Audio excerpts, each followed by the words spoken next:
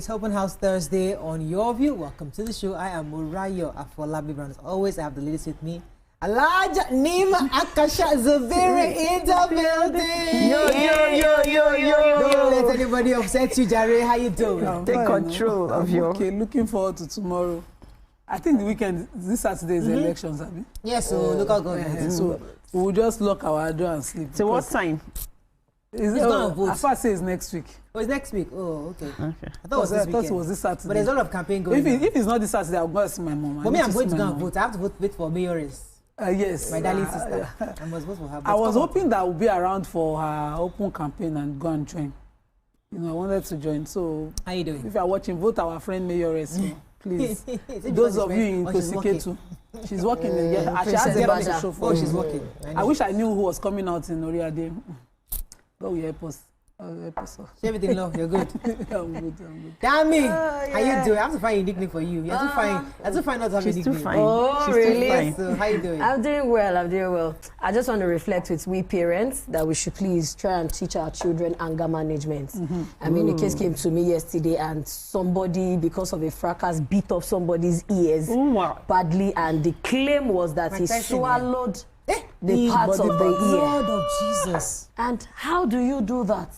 So the guy whose ear was beaten off now has to seek a plastic surgeon's advice on how to go about it. I mean, Mike Tyson did not swallow. Why did he swallow? Why did you even have to bite? Disgusting. Mike Tyson and Evadali Field. Why? So parents, please, we need to teach our children how to manage tension and anger. It's really riling up. No, youths. They're in their 20s. So it starts from the onset. When your children throw objects in the house and you say they're throwing tantrums, they're angry. It's because, no, it starts from there. Throwing things. Before you know, it will throw blue and cut somebody's ear off. Matter don't go police station, sha.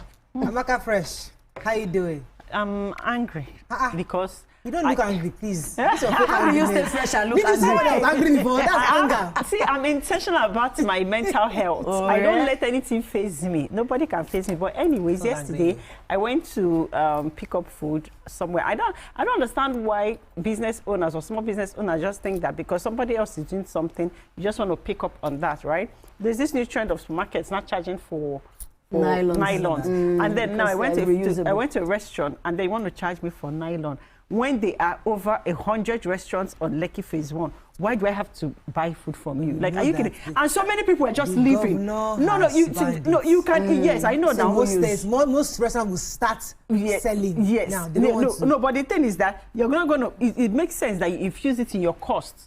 Because it's annoying that I came to buy food and I'm paying for there's something that is different that the supermarket I can take your nylon bag there and bread. But for food, I don't know who is advising you guys. It's a no. I left there. So many people left there and I'm not going back there. I went to the next place just beside there and I was good. So why do you think it's okay to charge 500 naira for one nylon? No. That's how that supermarket I say no. It's poor strategy.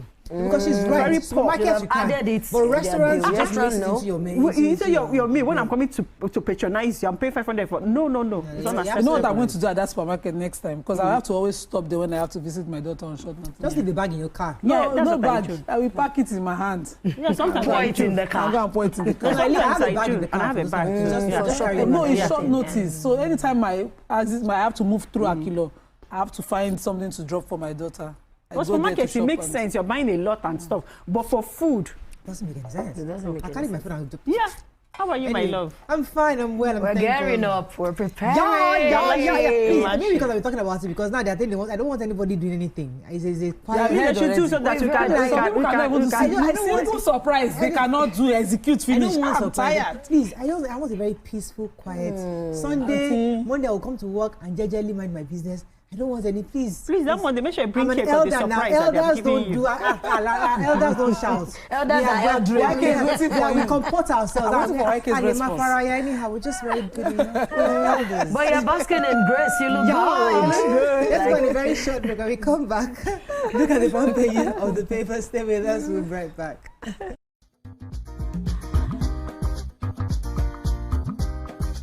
Stay tuned. Your View will be right back.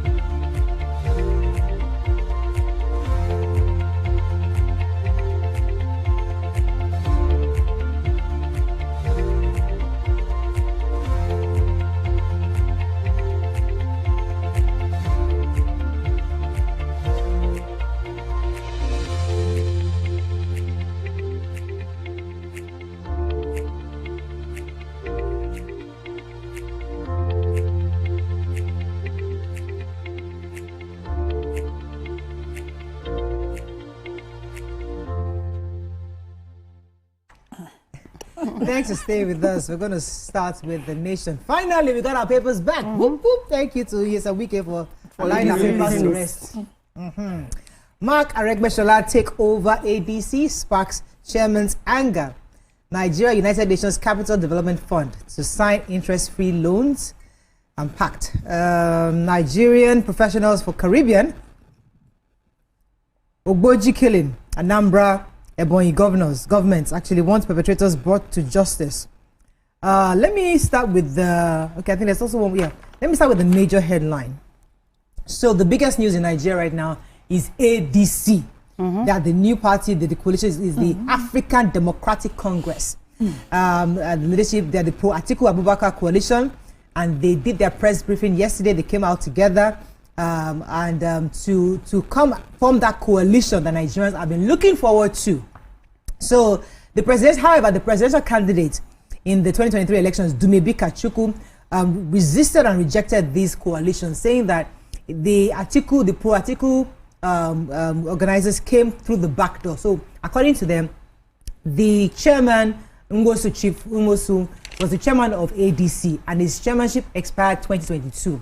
According to them, he sold the party to pro-Atiku members. So Atiku taking the party that been handed over his party, where the chairman the chairmanship expired 2022, for them is null and void. That's number one. Number two, they brought in new members, which is Aregbesola, former Osun State Governor, the former Senate President David Mark, and I think there's a man, Bolaji Abdullahi, who is the Publicity Secretary and journalist. Those three form the first three officials of the new ADC party. But what I found interesting about this coalition was David Mark's speech, which I thought was quite interesting. He said that this coalition of national political opposition groups goes beyond gaining political power. It is a concerted effort to rebuild the crumbling pillars of Nigeria's democracy. It will be the harbinger of democracy, where members of the party will reign supreme, the party that obeys its rules and constitution in the best democratic traditions. A party of equal stakeholders, equal joiners, and equal owners. I thought that was quite interesting, because one of the issues we had in political parties was the fact that there was no ideology, they were not adhering to their constitution, and they were being undemocratic a lot of times. Also, Aregbesola added that the political party is not just a platform for opportunity, it's not just a vehicle for political party, but it's going to be a tool to rebuild the tenets of democracy, which I think is quite interesting. So I'm happy for them. Congratulations to ADC. I hope they're able to do exactly what they hope to do, because what I'm hearing is that it's not about just taking power. It's about building democracy and ensuring that people actually adhere to the constitution and have a party of equals. And I hope they're able to include young people in that party, because for a thriving democracy, you need a very strong opposition. So if PDP is not working, let the ADC come in, and let it come in with a strong ideology, so that you can at least have a good opposition in the country. I don't want to object. We wish them the best. Well, so the Nigerian government and the United Nations Capital Development Fund have signed an MOU to raise interest-free loans for small businesses across the country. That's the sounds interest. Like Sukuk. Yeah, no, it's not actually. It wasn't an Islamic based. I know it sounds like Islamic based. It sounds like, because interest-free loans are what Islam is known for. So the media aide to the Minister of Foreign Affairs, Al-Qasim Abdul-Qadir, was the one who broke this news, that they reached this pact at the 4th International Conference on Financing Development in Spain, and that the minister is also pushing for this with the UNCDF. He's also pushing for a seat for us at a non-permanent seat at the United Nations Security Council for the year 2030 to 2031 term, and a lot of other things that he's doing. But for me, what stands out is this interest-free loans for businesses, and they say they're trying to use this to push for small businesses across the country to grow, small and medium-sized enterprises to grow. I hope that when it comes, there will be proper announcement, proper information for people to find ways to access it. People need it.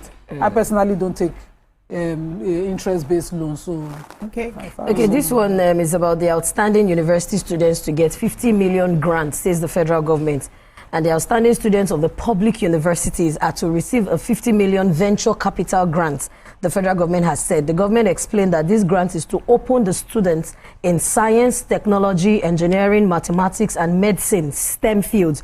It added that the initiative is for high-achieving STEM students in Nigeria universities starting from 300 level.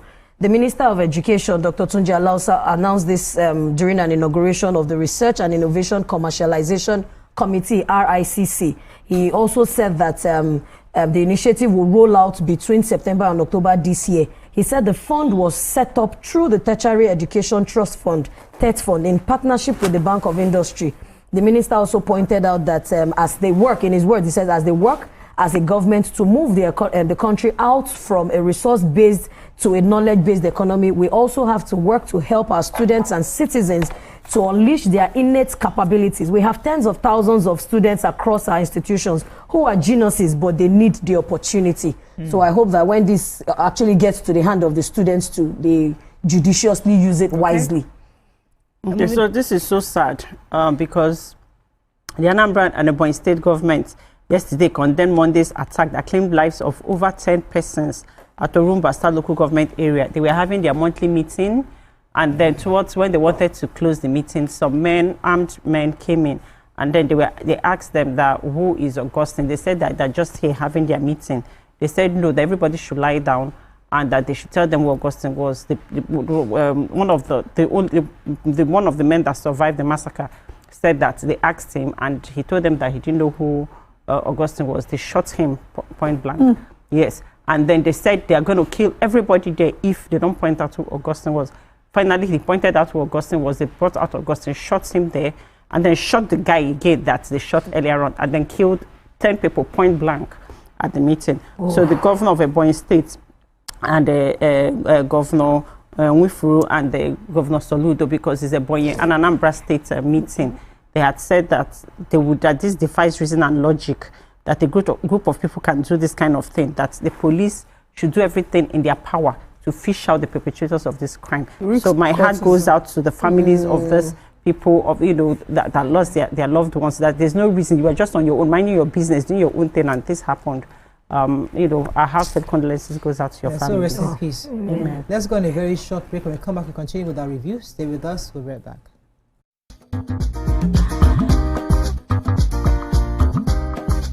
Stay tuned. Your view will be right back. Story to tell. Keep abreast of happening locally and internationally via the news updates of Wake Up Nigeria. It's light camera fashion, where we strut, slay, and sashay and keep you updated with all the latest fashion trends. Level up your morning. Watch Wake Up Nigeria, where every morning begins with a spark.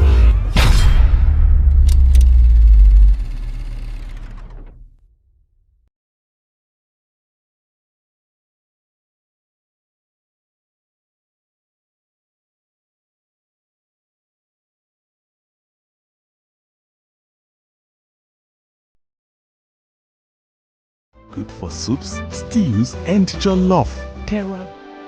TVC Communications, Nigeria's leading independent broadcast company, has been officially designated as a great place to work. Over the past 3 years, we have transformed our workplace into one which is respectful, caring, rewarding, and provides great benefits to all our 500 employees. We thank our team for giving us the chance to show that partnership between employer and employee really works. TVC Communications, officially designated as a great place to work, and now the only broadcasting and media company not just in Nigeria but throughout continental Africa to be fully certified. TVC Communications, a great Nigerian company, a great Nigerian place to work.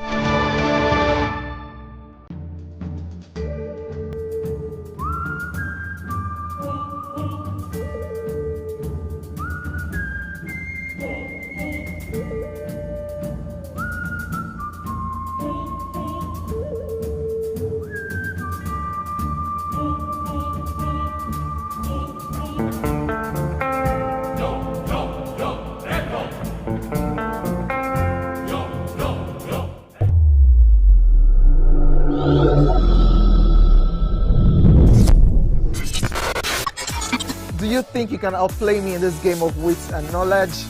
Can you go 7 rounds without flinching?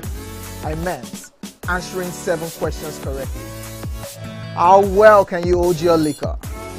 If you're curious, then join us for the most exciting conversation and games with your favorite celebrities on 7 of 7.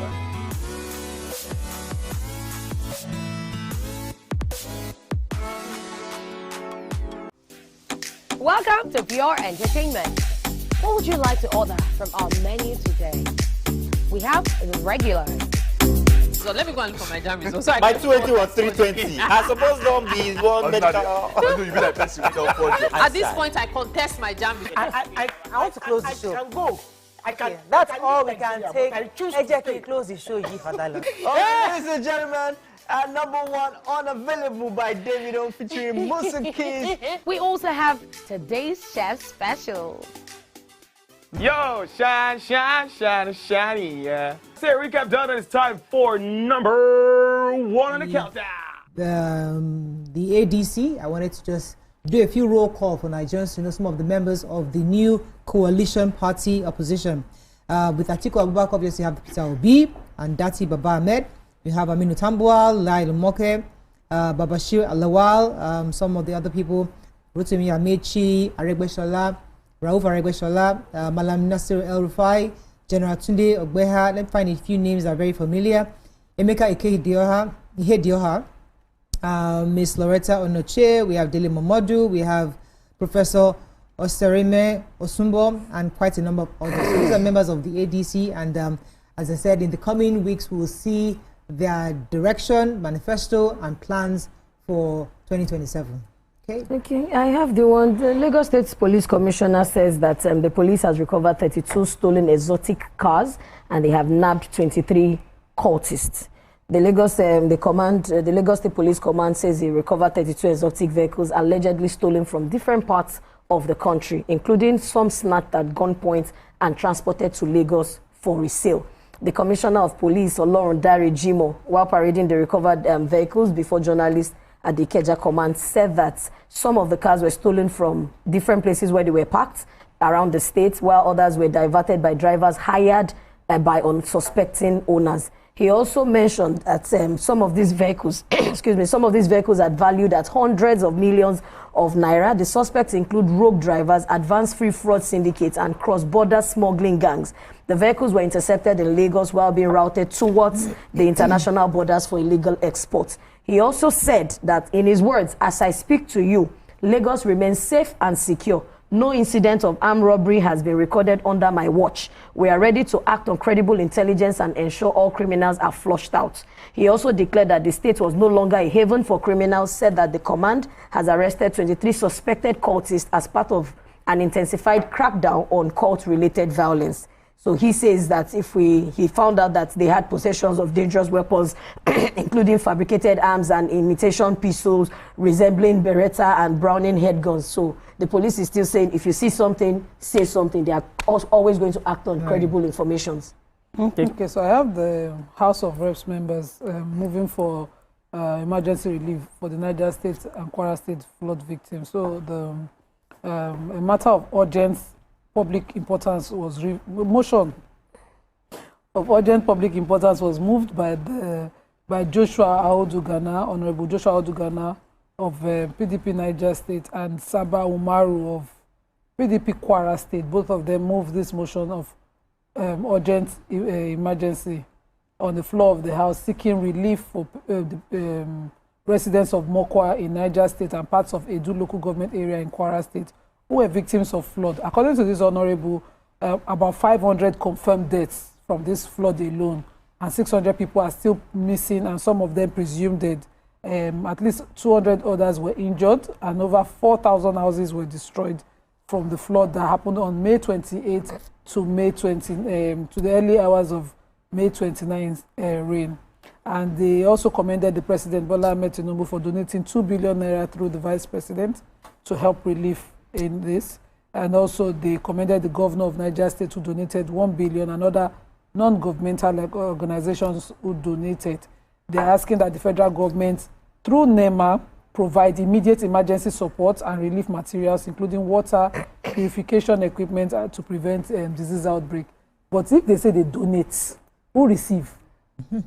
And what have they done with it? Okay, should so be able to account. yes. No, it's so that we can know who we want to yes, ask. The French-based Nigerian Newton Jemide, who was extradited to the United States over his involvement in an 8 million disaster fraud, has been sentenced to 3 years and 5 months imprisonment.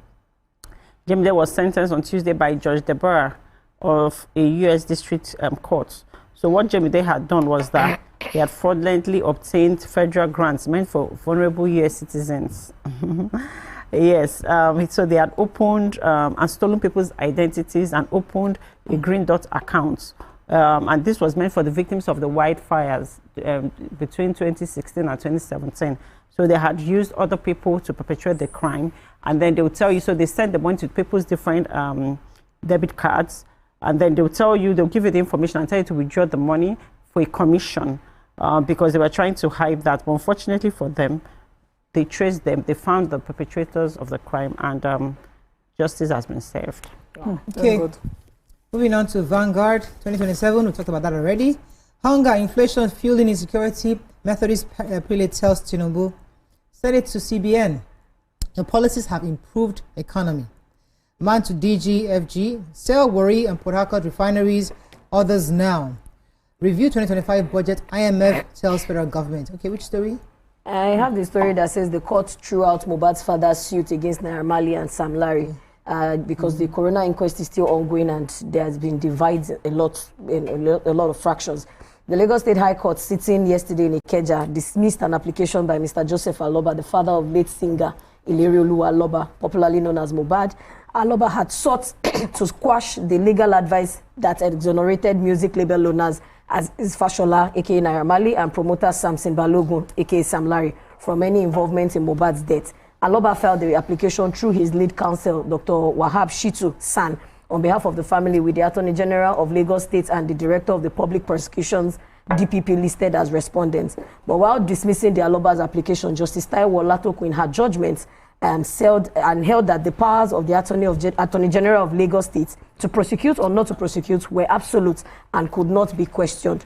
Shitu, in his application, also sought the quash that the DPP's legal advice, citing alleged lack of fair hearing. So they've been going back and forth, and the coroner inquest is still ongoing. It's not as if they've exonerated Naira Marley and Sam Larry, but they are still, they were just, they were merely discharged according to the brief.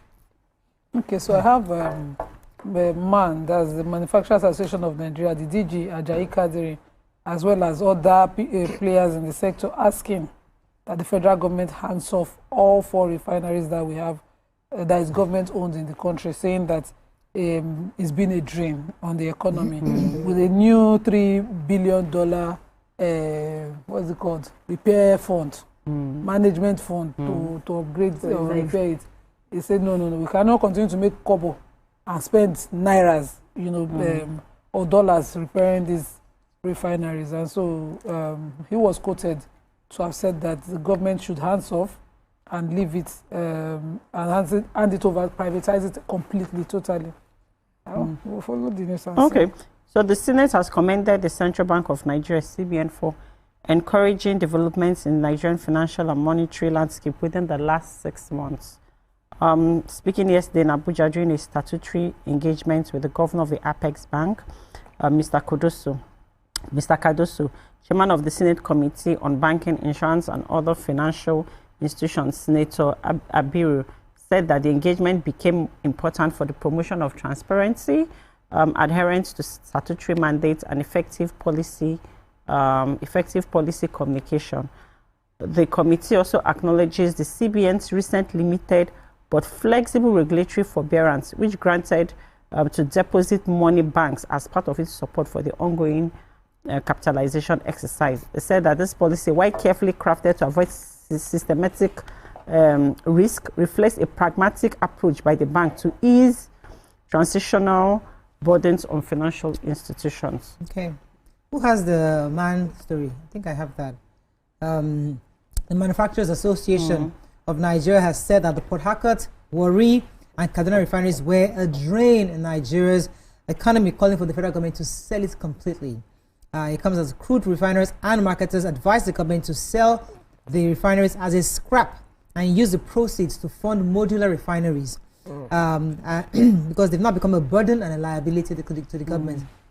Because many of you know that, I think this was said by the DG of MAN, that's Segun Ajayi Kadri. Many of you know that about $3 billion have been spent in rehabilitating these all on the rehabs of all these major refineries. So they're saying sell them off as scrap. Nigerian actually build modular refineries and need investment and need support. So federal government should use those proceeds to support Nigerians. And I think many agree with this sentiment. And we've been saying it for years, but are yet to see because they keep promising us that Port Harcourt refinery is working. As of last year or 2 years ago, they were telling us it will definitely work. They gave us even a stipulated time. Yeah, it will work. I don't know what's happening. It's so many things, many factors are slowing it down.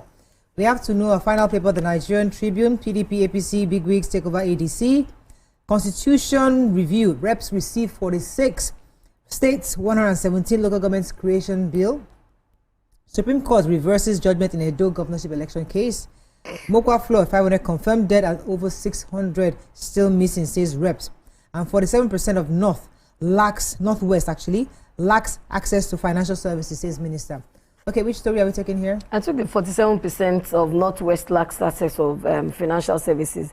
And the Minister of Women Affairs, Hajia Iman Suleiman, has said the Northwest region has the highest rate of financial exclusion, as 47% lack access to formal and informal financial services. The minister disclosed this at the launching of a 2-day Northwest Governors Meeting on Nigeria for Women Project, NFWP, Scale-Up Summit on Tuesday in Katsina. She also said, according to her, she said, data from the Enhancing Financial Innovative and Access to Financial Services in Nigeria, A2F survey in 2023 had revealed that the deeply unsettling reality solution. She also said that the gap amongst the adults limits women's ability to be able to build resilience, invest in livelihood, and escape poverty. The highlights of the severity of the exclusion and reinforce the urgency of scaling gender-responsive interventions like the NFWP. The minister also said that 32 states were involved in the NFWP SU, which demonstrated widespread political buy-in and unified vision in the inclusive national development. She also said further that the project's tax team was working with the World Bank with the view to cooperating more states and scale up the implementation at least 8 additional states by the end of July. Okay, I think that's all we can take on Front Page Review this morning. Let's go on a very short break. When we come back, we continue with the show. Stay with us. We'll be right back.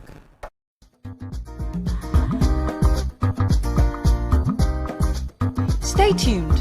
Your View will be right back.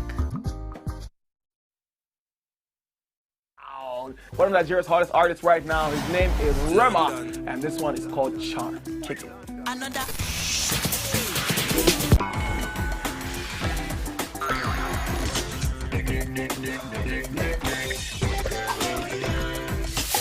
For dessert and a bit of nightcap, we have the nighttime and online specials.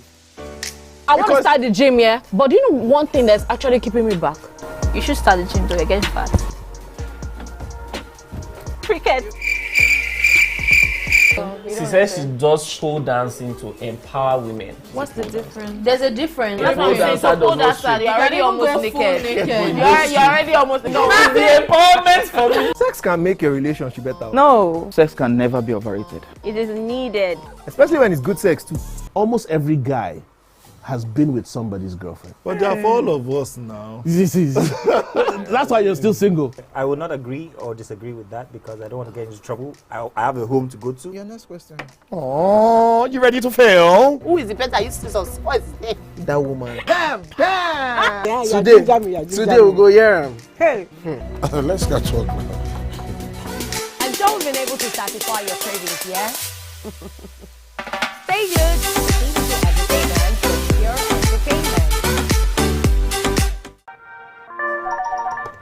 Hello, TVC Communications. How can I help? What makes TVC the right choice for my business? Excellent question, sir. Let me share some exciting facts with you. Start your day on TVC Entertainment with Wake Up Nigeria, a family and lifestyle show. Your view empowers women globally. It's your view, let it count. Entertainment Splash delivers the hottest celebrity trends. On TVC News, we keep you informed with breaking news and in-depth analysis of events shaping the world. I will continue to speak the truth. TVC News at 7 and TVC News at 10 p.m. delivers the most important stories of the day. Max FM, your hit music radio station, captivates listeners daily across Lagos and Abuja, making every commute more enjoyable. Adaba 88.9 FM is not left out, as it is the voice of Southwest. And on TVC Digital, we reach to million viewers daily. All together, pulls in over 17 million viewers daily. Contact us on 0707 272 8338 or marketing at tvccommunications.tv. Partner with TVC Communications today. Let's grow together. Imagine a country with over 300 plenty languages. Why you go the only focus on Yoruba, Hausa and Igbo? Where we get a common language where they unite everybody from Oga to even Madam self and every person where they for street. That's why we dey introduce you 89.9 Yanga FM, the #1 urban pidgin radio station where they unite us all. From the award-winning breakfast show Waiting Day with your brother, your friend Wale Po. Everywhere. So Bobo. Gen Z, it a job for this side. This na Cruise Express. And this go be the best 4 hours of our life. Country people, make una join us. Now we be What's Up Naija crew. Now we they give you what they sup for inside we country. Yes, so keep it locked. If God be your papa, why you not gonna make younger? Come to a holla. Now here we dey settle all the matter. Bro, we right here. Nobody better than we, right? I can always best be that. Make I just be the last sensible voice where you go here. Now we be 89.9 Yanga FM.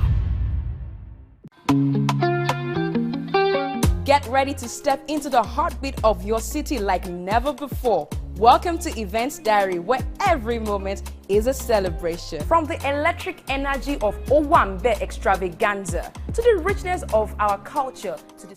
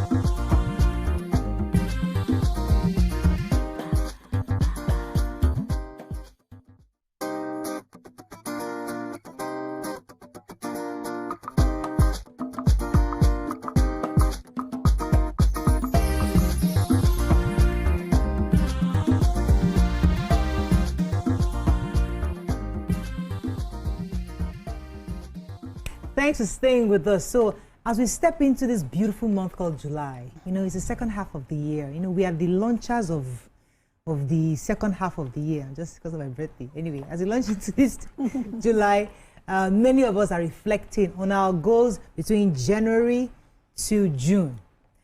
So today on the show, we have our life coach, Ezekiel Sholesi, joins us on the show to share insights on how to refocus and achieve success. With expertise in personal development, Ezekiel will be guiding us through the process of setting and achieving our goals.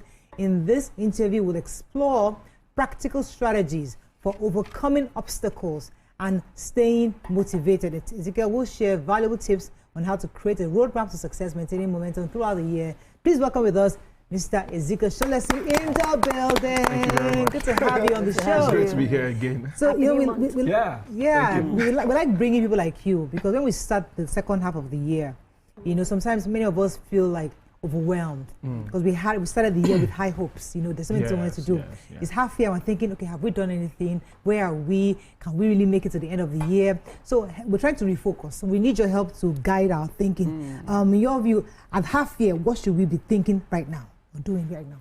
So, almost everybody starts the year with a plan, right? Until they get punched in the face, by life.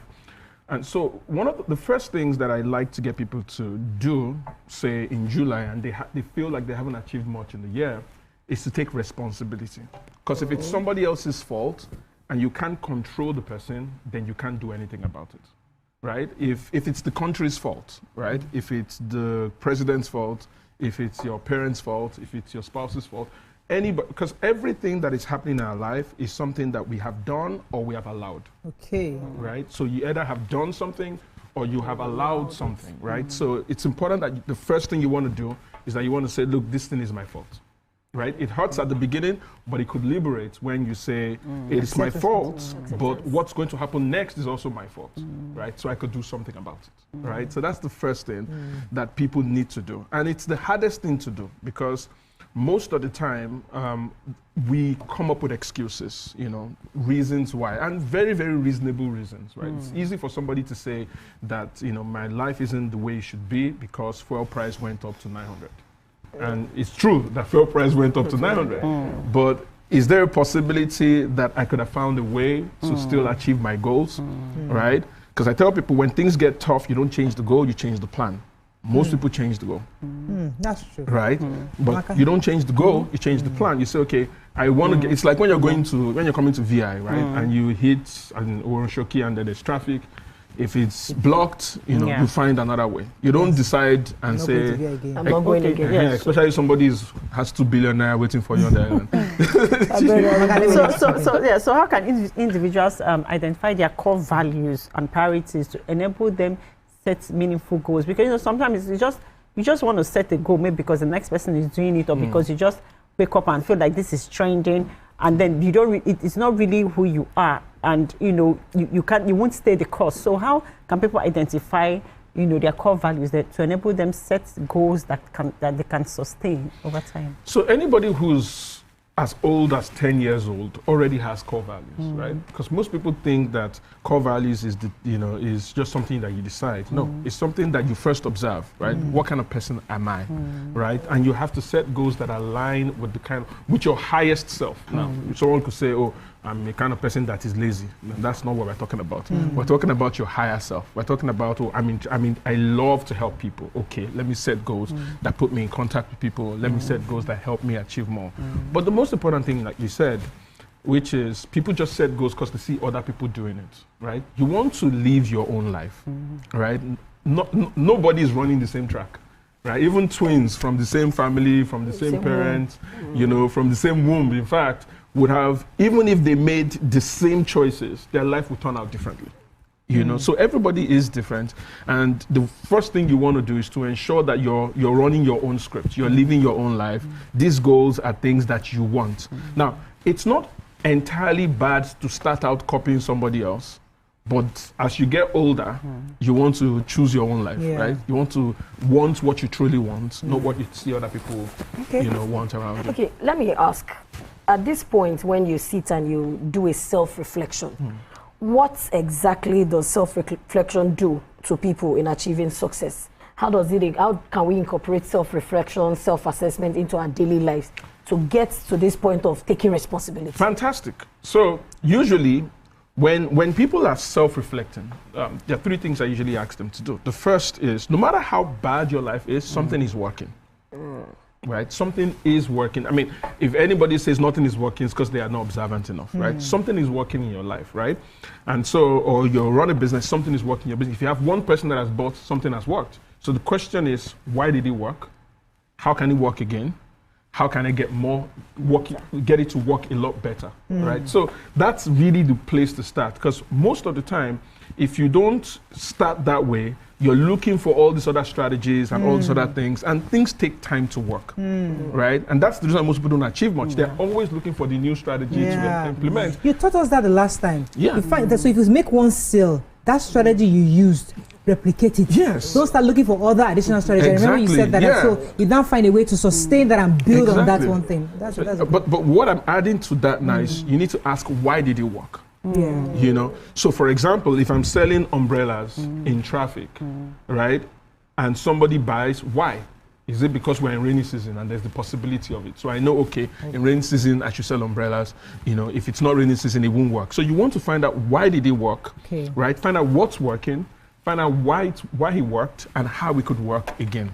But that's what you get out of reflection. Because so if why it's working is limiting profit, for instance, for instance, the bus because it's rainy season. Yes.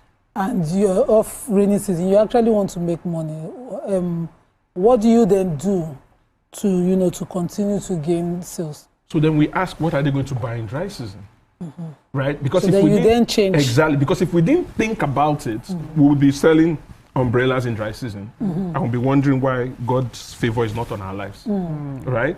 But if it's raining season, so I'll give you a perfect example. So we had a client of ours who had achieved massive results. They did everything they did in the previous year in the first 90 days.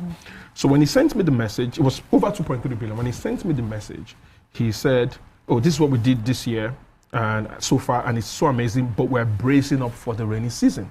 So I asked him, I said, why did you say that? He said, because in the East, it's a real estate company in the East. So he said in the East, a lot of commerce is driven by the activities in the market.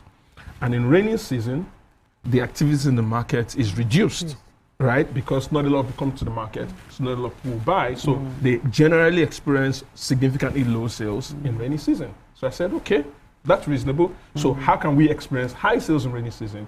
So one of the things that we worked with them to do was to do billboards in Lagos, in places like Computer Village and other, where there are people from the East, because in Lagos, rainy season doesn't affect commerce, right? So we said, buy your assets in the East from the biggest real estate company in the East.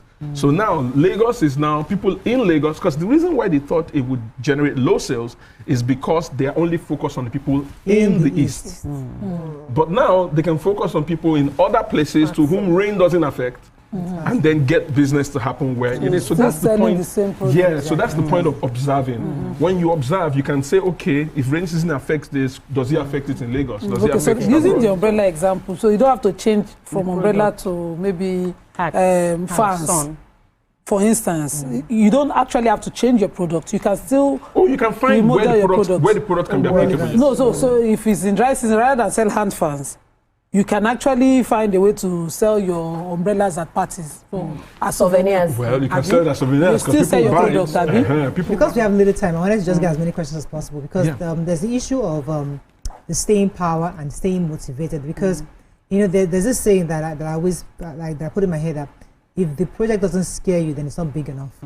Now, so you're taking on this project and you are scared, but you need something to motivate you. There's that need for a staying power. Like, okay, it's possible. Because sometimes you second guess your ability. I think, hey, are you sure? Hey, are you okay? You try to put yourself, are you all right? But you need something to make you stay. So how do you develop that staying power that will don't make you second guess yourself? So it's two ways. The first is that I always say that everybody needs somebody in their life that they are too afraid or too ashamed to disappoint. If you find that person and that person would not take your excuses, you'll be successful. Now, that's why that person might not be your husband or your wife, because they're supposed to love you unconditionally. Right? But somebody. So I have about 3 people in my life. If I have a plan, something that I want to do, I pick up the phone or I send a text and I tell the 3 of them. I do not have the ability to tell them that it didn't happen. I would die before it didn't happen, right? Those people, it's not that same, it's just that I respect them too much to give them excuses. So you need to find that. The second thing that can help you is you need a problem. Most people don't have a big enough problem. So think about it, right? If a man has, beautiful example. We say that, children bring their money from heaven. That's why you should have children. They do like this when they're coming. I don't believe that. And if you look at the facts, it seems true. But what is really true is that when a man has a child and the child is small, it's difficult to explain the importance of fasting to a 2-year-old child. So you go and get money to get the food. So now that person has a problem, and He can't get out of it. He has to get out there. You know, that's why you see women with That child is babies. holding you accountable. They do something because they don't have an excuse. Yes. Right? So you need to find either one of those two things should be fine. So like what Moira had said about, you know, if your dreams or your goals don't scare you, then it's not big enough. Okay, so sometimes you make these big goals and take on these ambitious goals, and they take on these big projects, but then we get overwhelmed. So how can we break down this project in such a way that into smaller other projects that we can manage it and then still get to the end result that we hope to achieve? So the first thing I say, and what I'm probably going to say might be a bit controversial, I think that the concept of overwhelm is, it comes from a selfish mind, in the sense that you're looking at yourself, right? You're too self-absorbed, right? If you have a goal, and so I like to say that if people find a way to put themselves in survival mode a lot, they would avoid overwhelm. So let's say we're all here now, right? This is an exit. And for whatever reason, a lion shows up here. It's very rare that you'll be overwhelmed enough not to run, right? You would run, you want to save yourself, right? So the first thing is to put yourself in a situation where you don't have a lot of choices. And then you want to break things down. Now, the other reason why people have overwhelm is because they think that they need to know every single thing before they start. If I leave VI at 7:30 p.m. and I'm going to Ibadan, and I turn the headlights of my phone, of my car, I can't see Ibadan. The most I can see is maybe 100 yards from where I am. But by seeing 100 yards, I can get to Ibadan. I just need to see enough to make the next best decision, avoid the pothole, avoid the crater. I'll find myself in Ibadan just by seeing the next few steps. So what's important in our lives is not all of the decisions we have to take looking at them from here. It's the best decision, the best next decision, the next best step, and you'd get there. It all makes sense. Let me go on a very short break. When we come back, we continue this conversation. Stay with us. We'll be right back.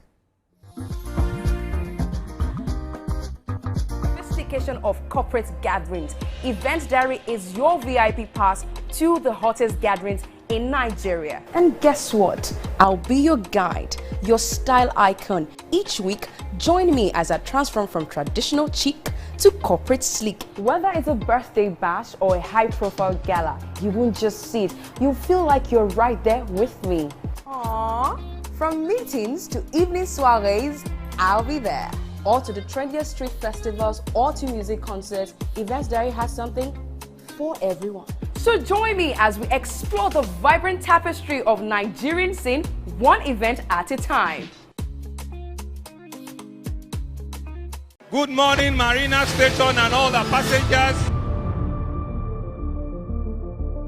Efficient, it's comfortable. This development will go a long way in reducing congestion and emission. The trains are a long-term solution to Lagos traffic challenges. This is where we take the final, decisions on policies, programs of government. I will have to ensure that, the narration of Lagos as a PLC is taken very, very seriously. This is a major pedestrian bridge linking Oyingo here to Apapa Road over there. With this overpass, we are providing what we call a permanent solution.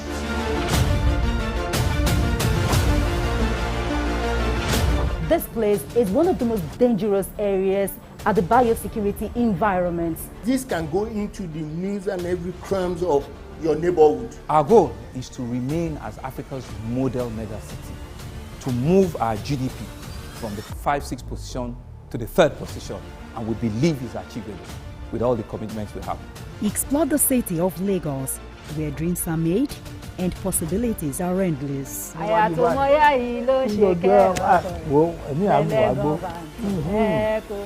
Adedoja Salamadini. I live in Lagos, inside Lagos. Hey, my people, I greet you plenty. My name is Nachika Okeke. My name is Uwi Balogun. My name is Damilola Banire.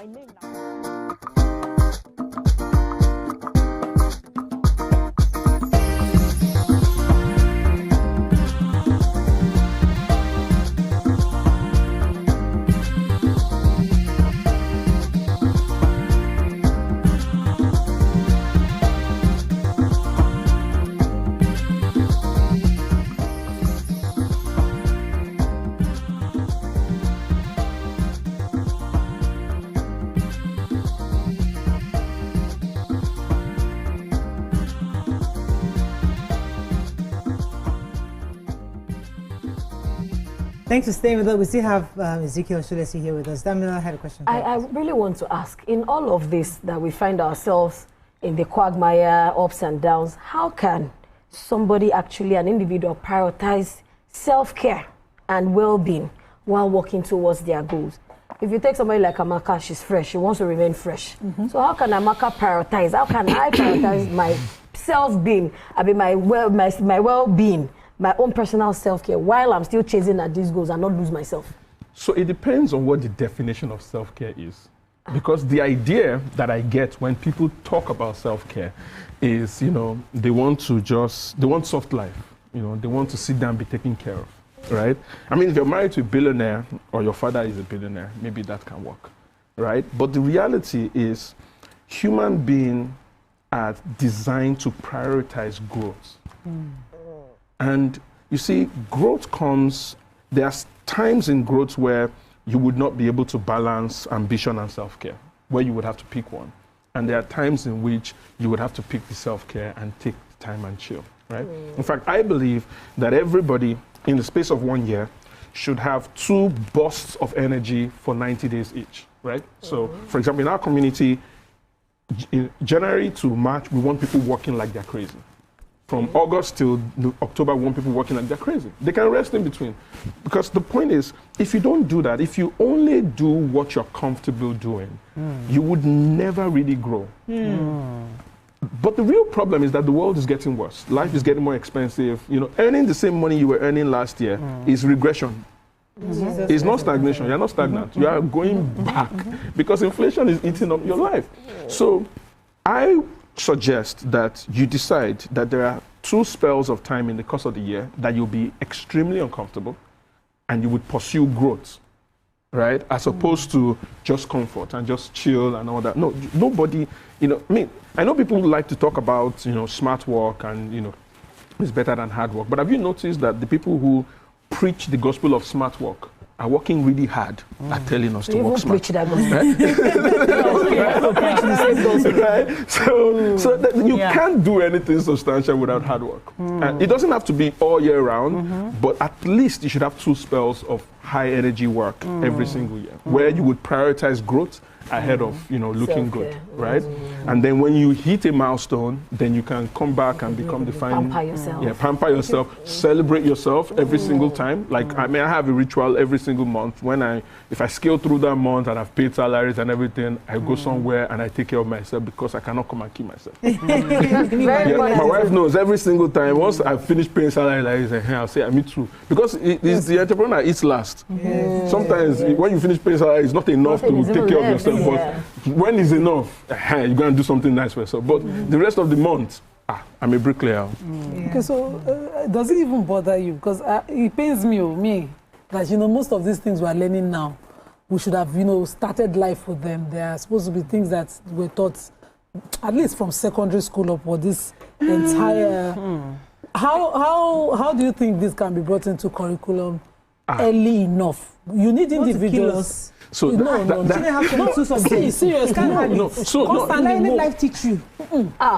When I had my you have to daughter, wait for life? I started saying to myself, it's not possible in my house that you do 365 days of the year academics. I don't need you to have a first class like their dad. I need you to grow up and have some.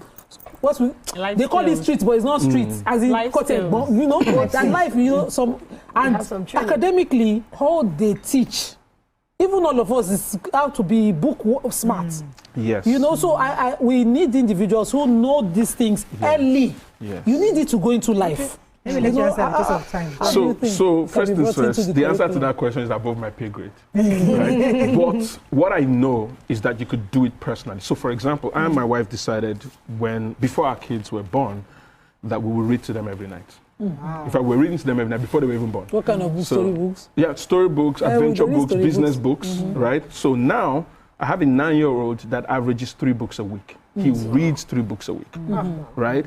Now, now we just bought a set of 15 books. I have about 12 books waiting for me that I bought in the UK. I'm going to pick it up next week. And they are business books. They are, so he now reads. Those kind of books. I started reading books at the age of 14.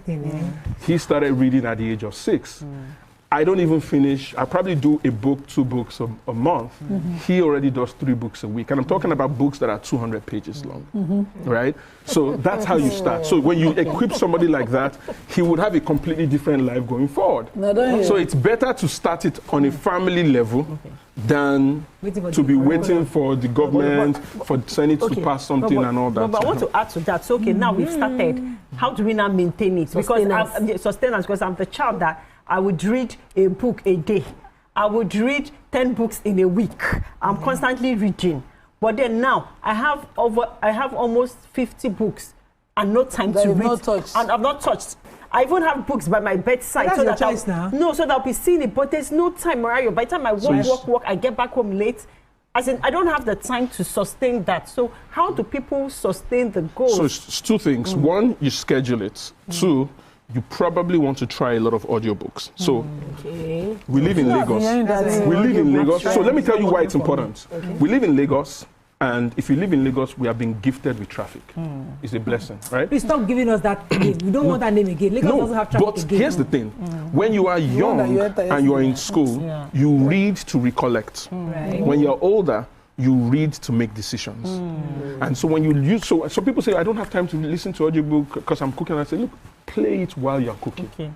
Play it while you're driving. In fact, it's more important because when you're driving, your conscious mind is focused on the road.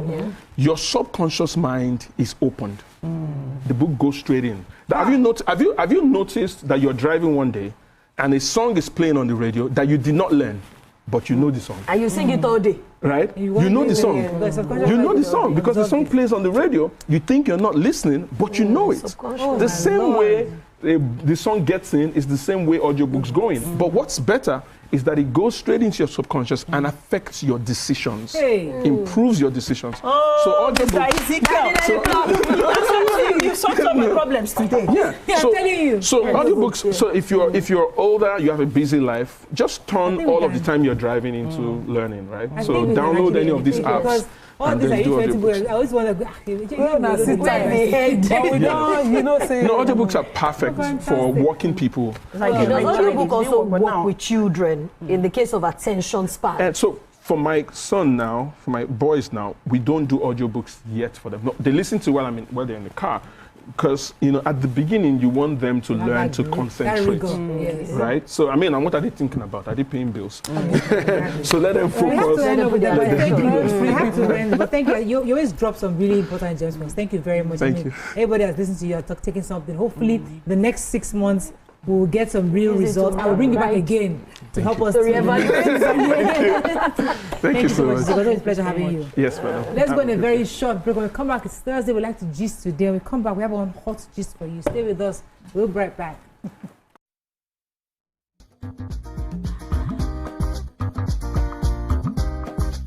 Far away and made. If you also coming when you're listening. And this now Abigail. And I dare on top of your view pigeon. I'm gonna bring you bass boost. I don't get person will be single mother before. He carry another man show say now my husband be this. This now what you want. After that day, the man you not go see him again. If you snooze, you lose. If you miss this show, you miss out. On top this our show, I not dey gree for anybody. When you dey find the husband, you not see sign say the guy smart, you don't vex, don't use signs. If they look for person wey go give am to you, fact as he be. Men no dey ever get fault. If baby no dey for her, na the woman. Talk no dey be person, make person no fit talk true inside. But for this country, we know say if we open curtain in the morning, wetin no good, no good. Me and my sisters, hey, we go tanda gidigba for inside studio to give una all the latest information. Look, we no even take responsibility for the children. Leave the man. And that's some warrior.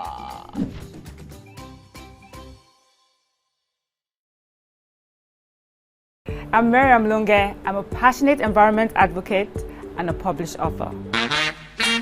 I am the founder of Celebration, a businesswoman, and a fashion icon. I am a wealth coach and a real estate developer. I am Amako Arakwe. I'm a corporate commercial lawyer and an entrepreneur.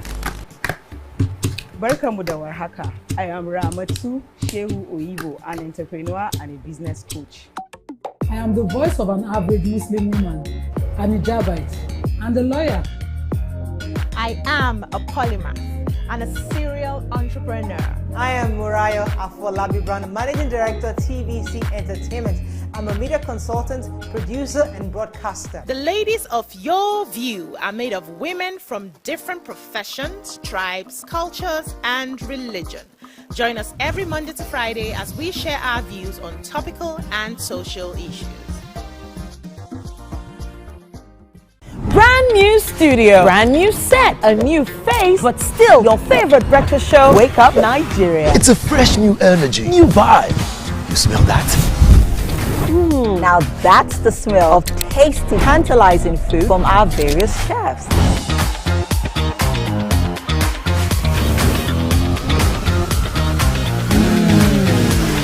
And when it comes to sports updates with insightful analysis, the place you want to be is Wake Up Nigeria. That's right. Every second there's a fresh occurrence, and every minute there's a story to tell. Keep abreast of happening locally and internationally via the news updates of Wake Up Nigeria. It's light camera fashion, where we strut, slay, and sashay, and keep you updated with all the latest fashion trends. Level up your morning. Watch Wake Up Nigeria, where every morning begins with a spark.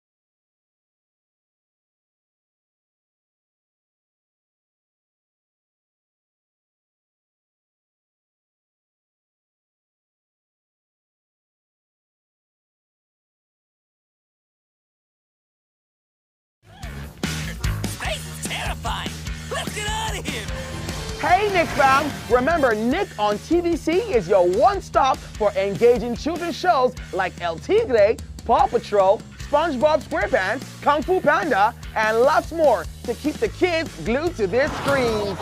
Catch us on Mondays to Fridays at 4 p.m. to 5 p.m. and Saturdays and Sundays from 7 a.m. to 9 a.m. right here on TVC.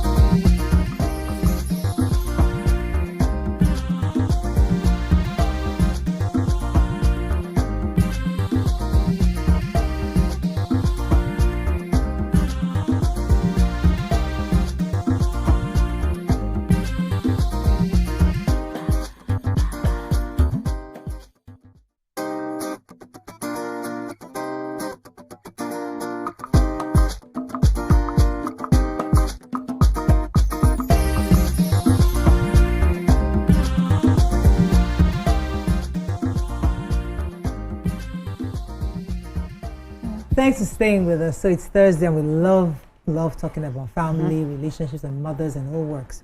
Anyway, so today we're talking about a post about the veteran actor and filmmaker, Mr. Adebayo Salami, popularly known as Ogabelu, who said he has no plans to leave any property for his children as a polygamist.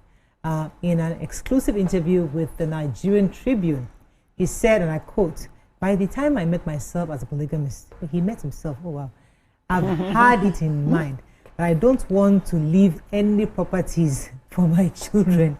Recently, in a significant twist to the ongoing legal and family battle over the vast estate of the late governor of Oyo State, Dr. Christopher Alawakala, his first daughter, Mrs. Oluwatoyin Alawo Adenrito, filed a suit at the Oyo State High Court in Ibadan seeking an order for a DNA test on 7 individuals claiming to be biological children of the deceased.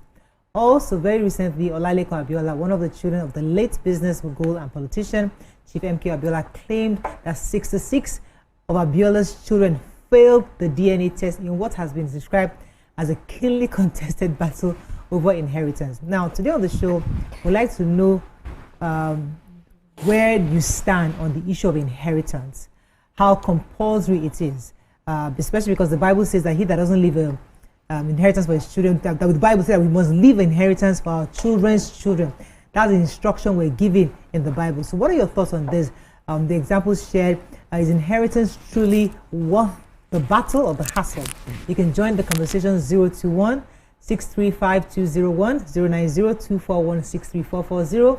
You can also send us your thoughts on YouTube and also on X. We'll be happy to read your views. When I was reading this earlier, I was telling myself that I actually had remember a conversation when my father, it was as if they said, he told me that I am not leaving anything for anybody. That don't look at all these things. I'm not leaving anything for anybody. Go and go to your school, read your book and pass and make your own money. Don't for a second think that any of these things belongs to any child.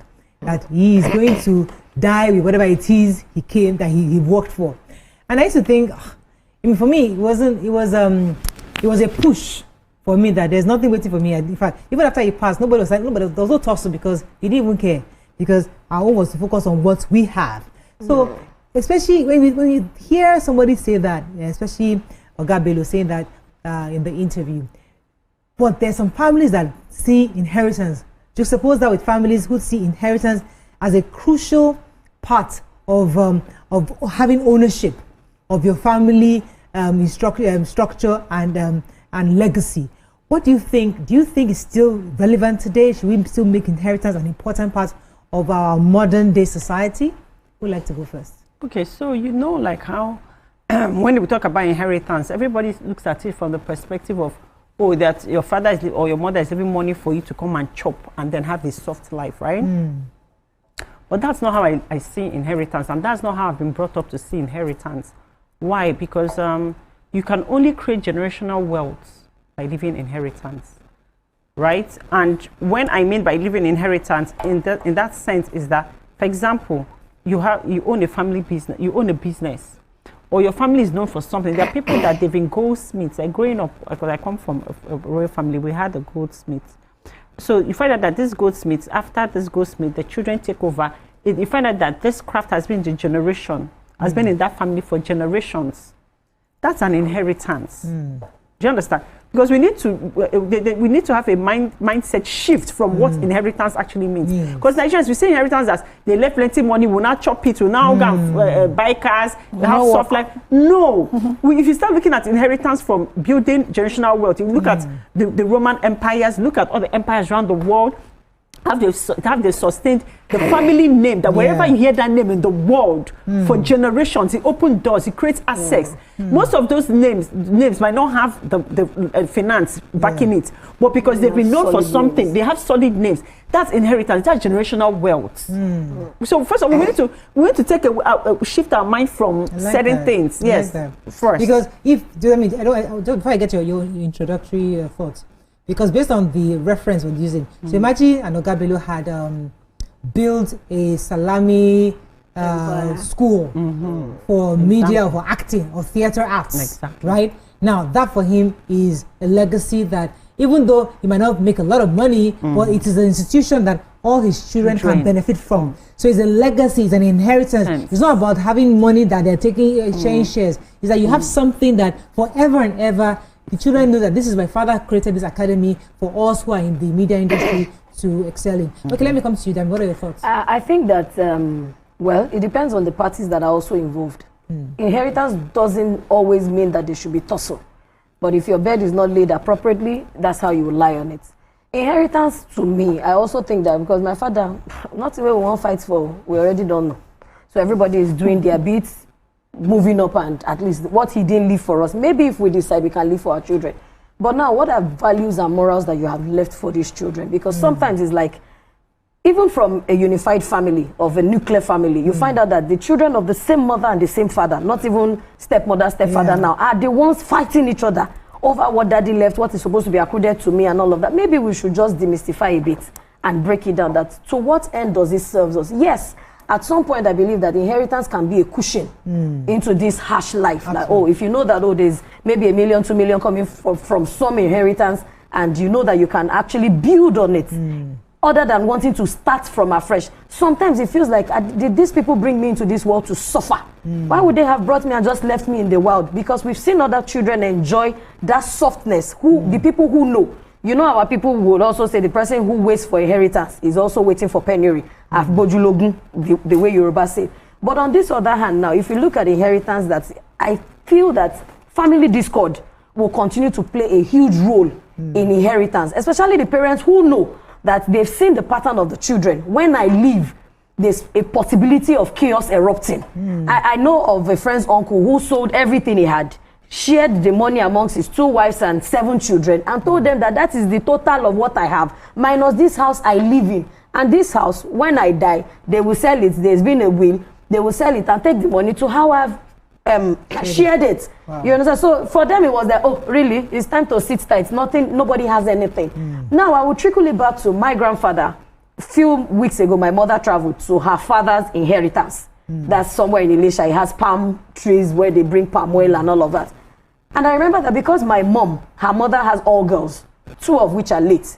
So they are left with 2. Now, the inheritance has been taken over by her uncles, cousins. Some of them have even given some other people. So in my mind, when she was talking to me about it, in my mind, I'm like, did this man even really mean well by leaving this inheritance, this magnitude of expanse of land for just girls who are in turn are married out of that community and are not really coming back? So the inheritance has invariably become somebody else's property. The people that own it are not even enjoying the benefits because you are not there to monitor. I said there were 4. They are left with 2. It's a choice. One person is really not. She has challenge, health challenge. Now it's left with my mom. That is like most agile. She lives here in Lagos. The property is there in Elisha. We should leave every other thing and begin to travel to Elisha every other week, year in, year out. But the ones who are there are not managing it as though she would have loved to. That's where the question of if my grandfather had male children. The headache of inheritance. The headache of inheritance. Even the male children, they will come to Lagos. And some of these inheritance, I knew a man who had a property, expanse of land around this Ajay, and he said, what I'm building, my children are already warning me that in their own lifetime, this thing will be like dust. So I don't even know what I want to do with myself. So that is where I want us to go with this issue, and I'll come to you, Nima, this issue of inheritance, because I remember that when my father-in-law was alive, we used to go to Ekiti. At least, once or two, maybe once every month or once every 2 months. We just drive there to go and see daddy, go and check. Ekiti was very, not Ekiti and Ife, But since he passed, grandma has moved to Lagos. We don't even go there. And then he owns a house, one in Ekiti, one in, all the children don't live in it, except for my husband. They don't live in Nigeria. Nobody has gone there. So, and we now carry inheritance in our head as if, hey, my father's house, my father's this. I'm thinking, so is it still essential? I mean, I'm coming to you, Nima, do you think there should be some kind of a law where once you pass on, you should hand over your properties to the state, because the kids probably don't even need it anymore. Because it's going to, right now, if you drive into somewhere like Ekiti or Osun State, there are many abandoned houses that have turned to grave sites where the person dies, go and bury him in his house. Grandma dies, go and bury. So the whole house, the whole duplex is a morgue, is a mortuary, is a mausoleum for just one person or 2 people maximum. And where you can, that's real estate that government can use to build schools, hospitals, can actually use. So I'm thinking this thing about carrying inheritance in our head. Maybe we need to start rethinking what inheritance should be. It should be probably name, not so much of properties. It should probably be legacies that can actually, inheritance now, maybe there should be a law that inheritance should be things that benefit the society. That's attached to a family, not necessarily personal properties. I mean, I'm just thinking, Nima, your thoughts? But you're thinking correct. Kamaka started it perfectly, the way I see inheritance. We are mistaken here to think inheritance has to be material. It has to be the house, the companies, the number of shares they leave. You don't want to leave a stupid-minded person behind the inheritance, which is why you build legacies. If you're living a particular kind of life, religion, standard, you teach your next of king, let's put it that way, those kids that you're supposed to be, the children of your loins that you want to leave it for, to have the mind to continue it, to believe in it, to own it too, so that it outlives you. There's a prayer that we do that, may they outlive me, may the legacies also outlive me. Those are the inheritance. If you look at in the Quran, they describe I think, is it the Israelites we describe as the children of Jacob? And the children of Abraham are Muslims.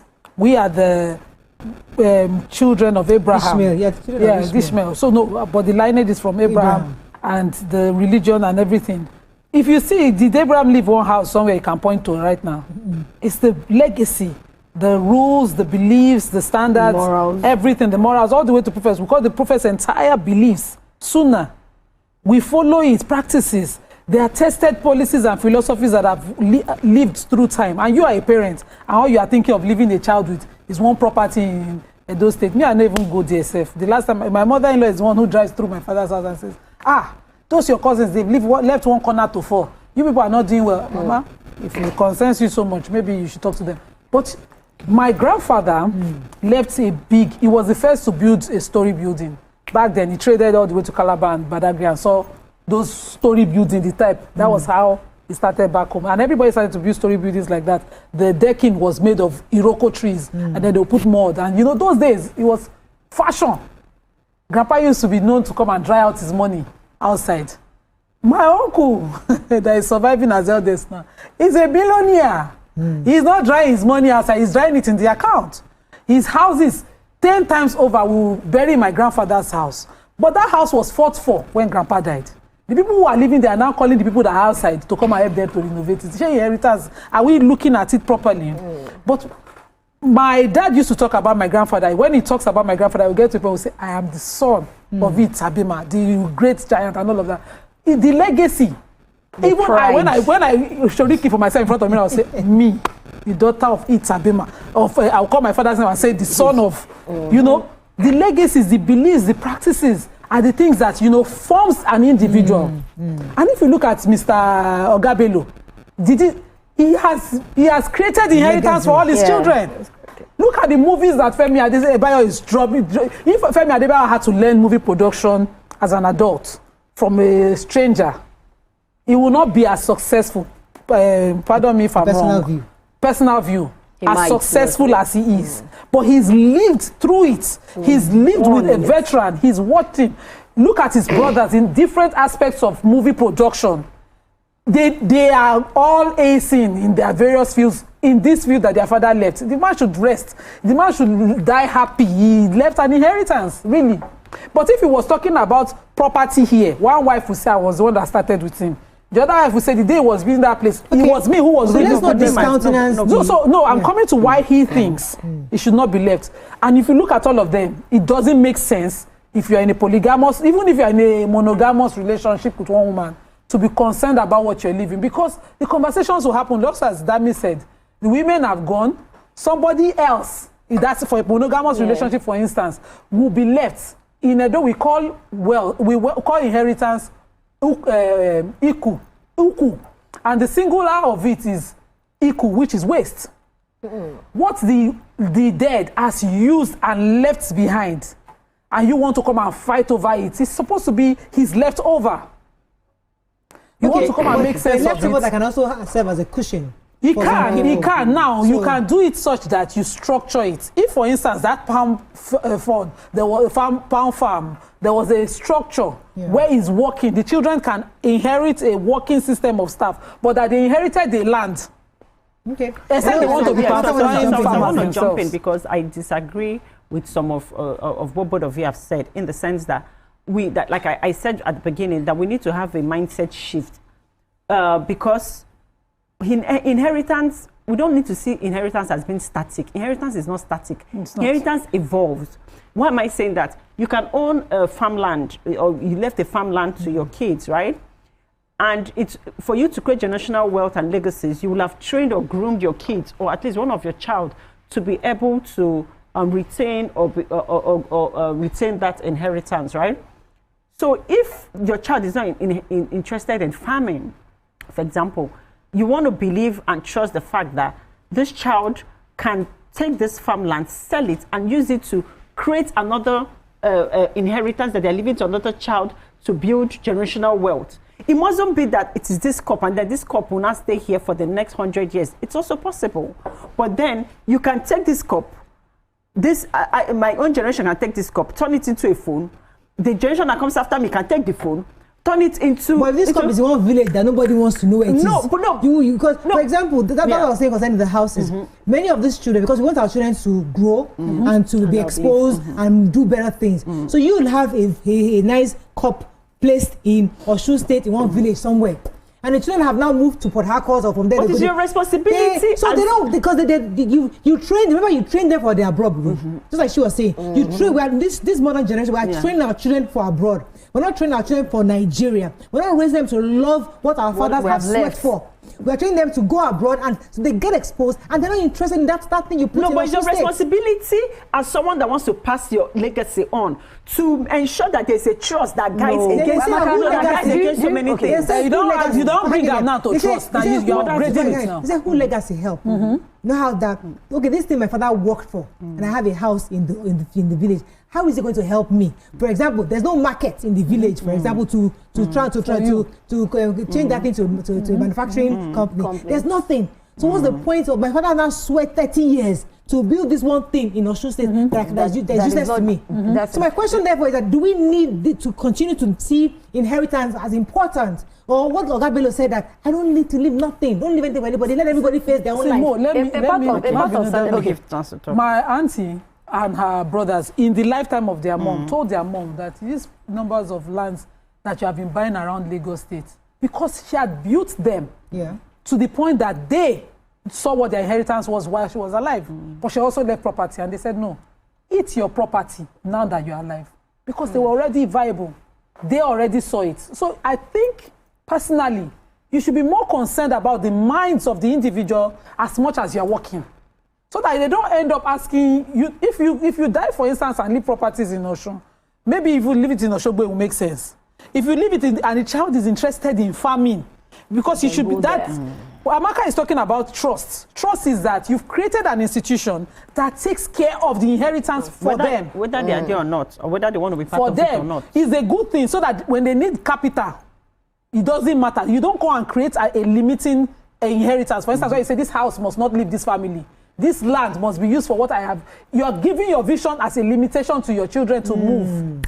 But if you create it in an institution and you ask a mutual fund manager to take care of that trust fund on their behalf, that mutual fund manager knows how to hire the managers, the farmers, and everybody who make sure that the palm plantation is working. But see, we're laughing one time. I have to pause 1 second. Let me go very short. When I come back, we continue this conversation. That means I've not forgotten you. Stay with us. We'll be right back.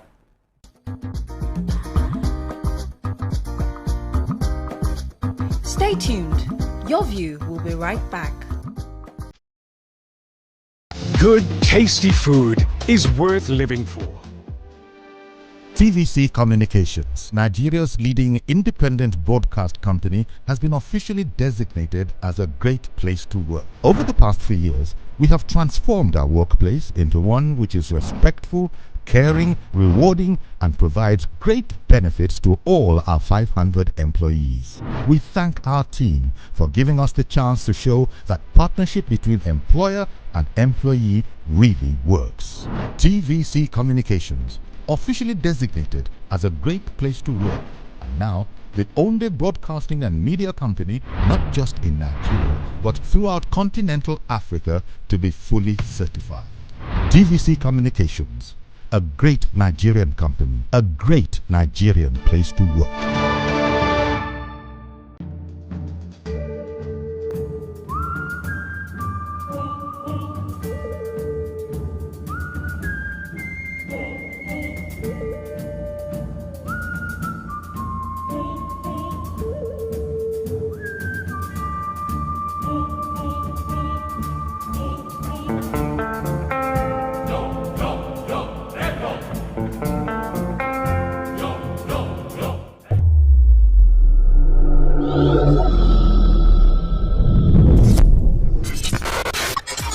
Do you think you can outplay me in this game of wits and knowledge?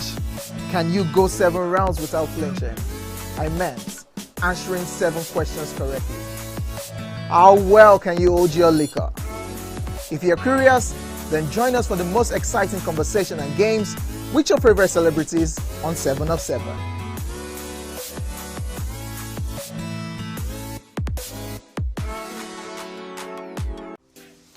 Welcome to Pure Entertainment. What would you like to order from our menu today? We have the regular.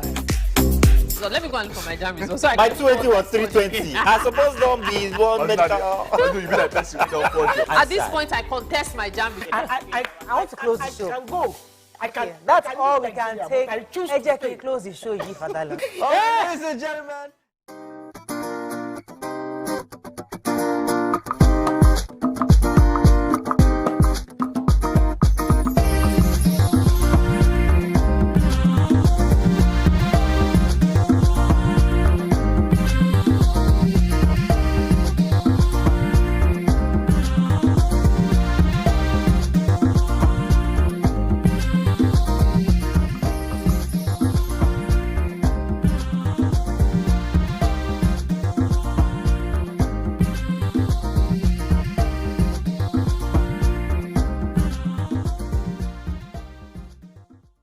Thanks for staying with us. We're discussing the inheritance today, and we'd really like to hear from our viewers. Call us on the numbers on your screen and send us messages on X, and also YouTube. We'll be happy to hear your thoughts.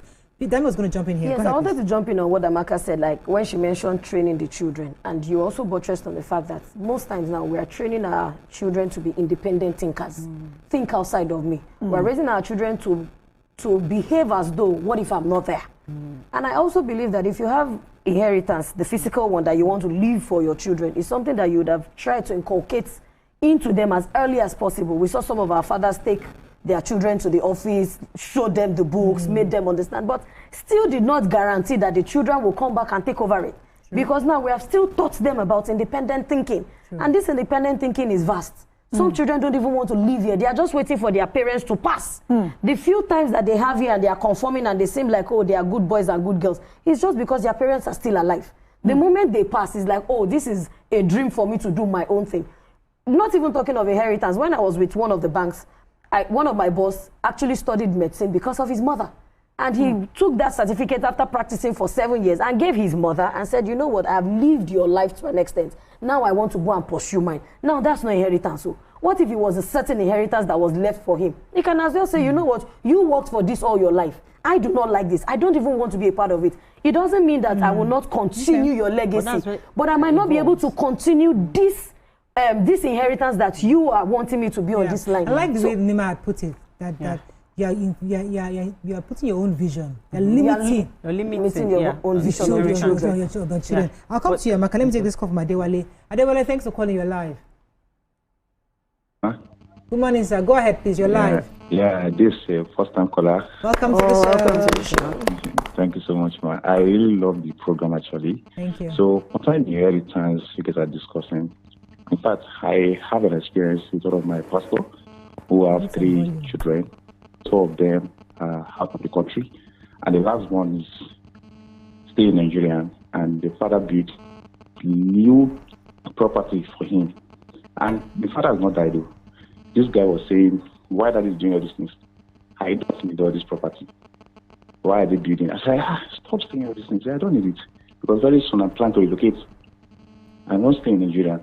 So I first feel like if this property, I was even telling to one of my friends, if this knew that this guy could not be able to maintain these things, he would have got all this money to establish his business or his church.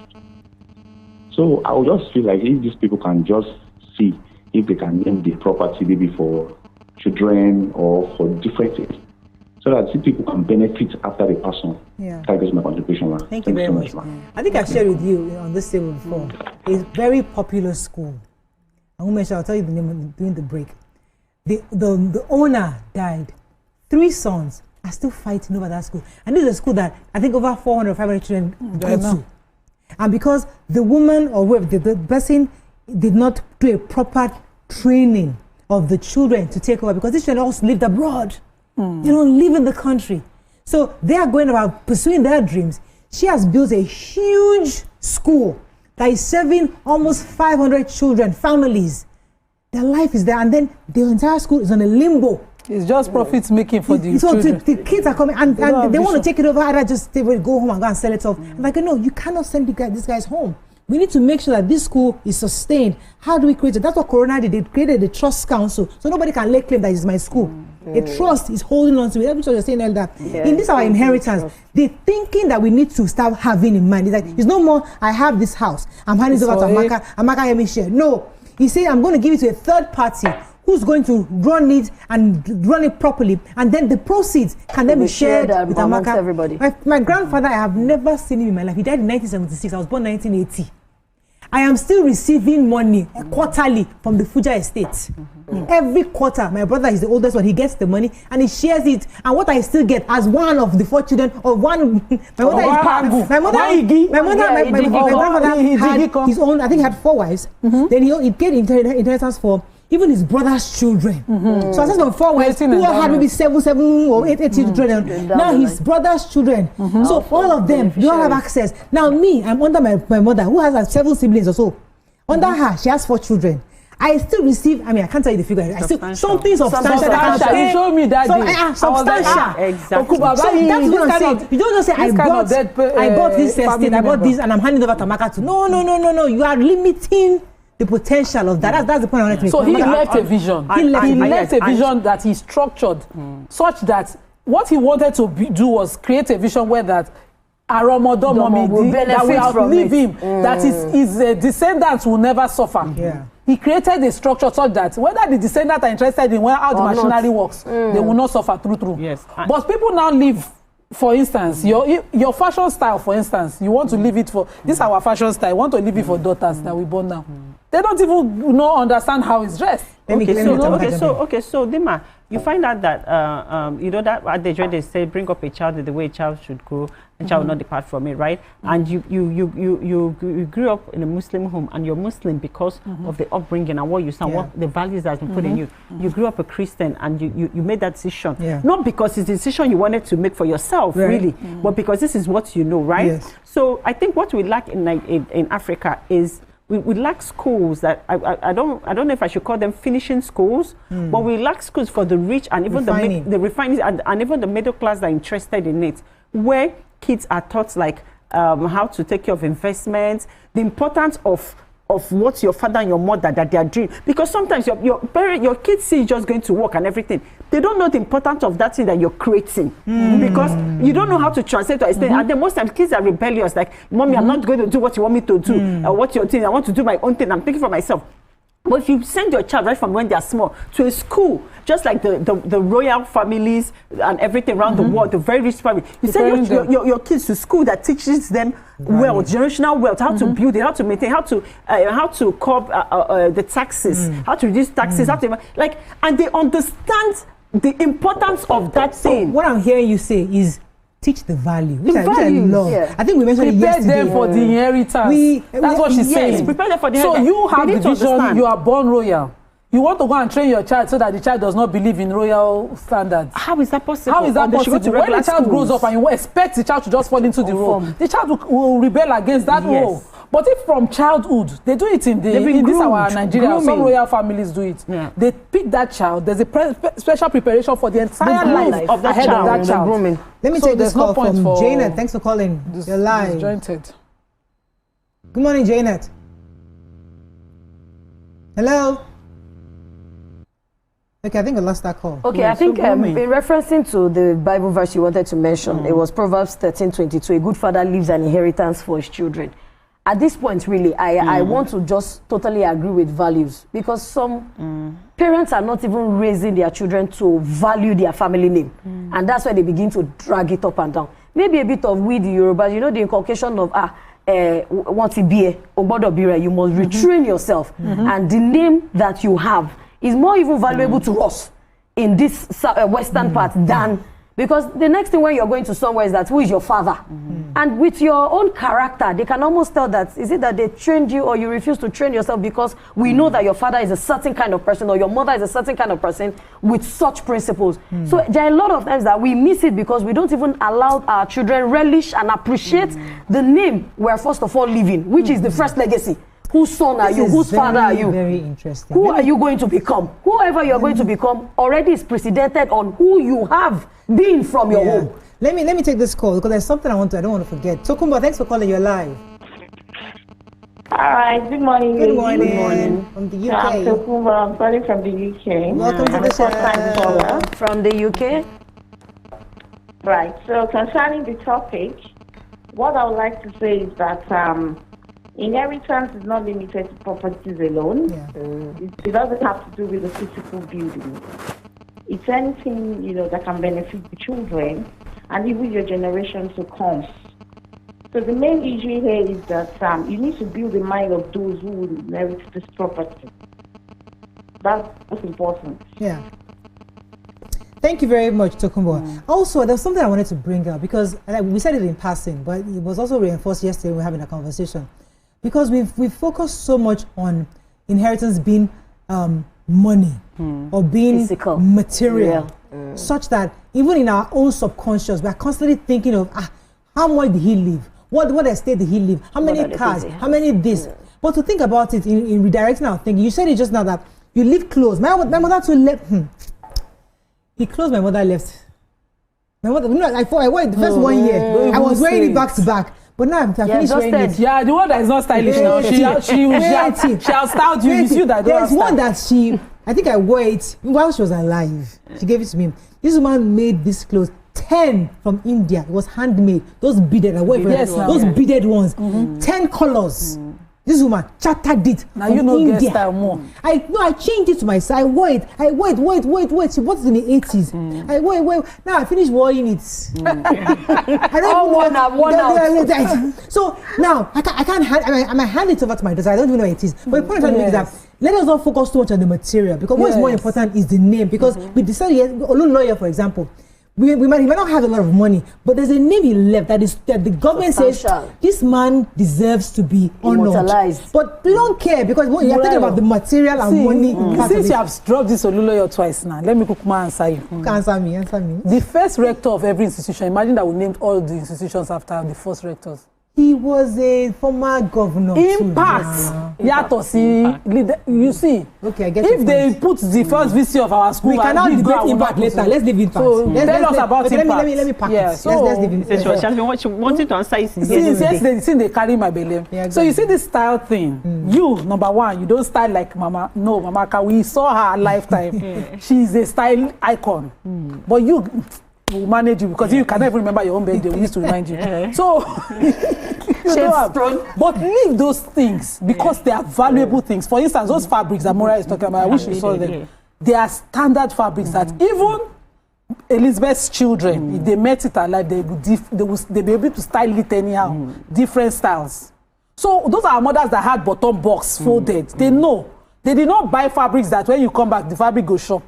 There are fabrics that a young girl, damask is raining again. We didn't wear damask for our wedding. But now we say everybody do agbada damask. Ashoke now, Ashoke jeans, Ashoke. I wish I can touch Auntie Bimbo's damask that she got from grandmother. That damask, if I make trousers from it, this, what do they call this, baggy trousers, for the stay fashion up and down. Because these fabrics are, the original fabrics are scarce. So there are ways, and your children will genetically inherit style. Since you know we get, I be like tomboy. Please, let me inherit style from I'm the grandma. MC of this show. Irene, thanks for calling your live. Go ahead, please. We'll style it too. Irene.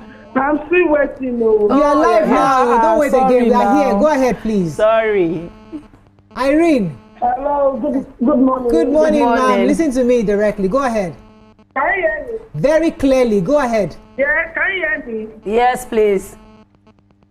Okay, good morning, Mariah and on the crew. Good morning. This program is really an eye-opener, and there is an issue too. I'm like part of it, because when my father died, my father built house in our village. You understand? Okay. Because everybody he has, we are all women and we are all married. Right now, we have just in the village taken by the elder brother. You understand? Yes. So leaving an inheritance for children, I don't really understand, because sometimes it's not even the children that are in charge of it. It's people that don't even know how the person sweated for it that are eating it up. Right now, we are all women, we are all married, we are in our different places. We don't even go to the village anymore. You understand? Yeah. So legacy is not the inheritance is not only by properties.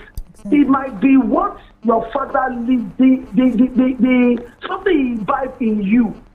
You understand? Like my father now, anywhere I enter, his name opened doors for me. Yeah.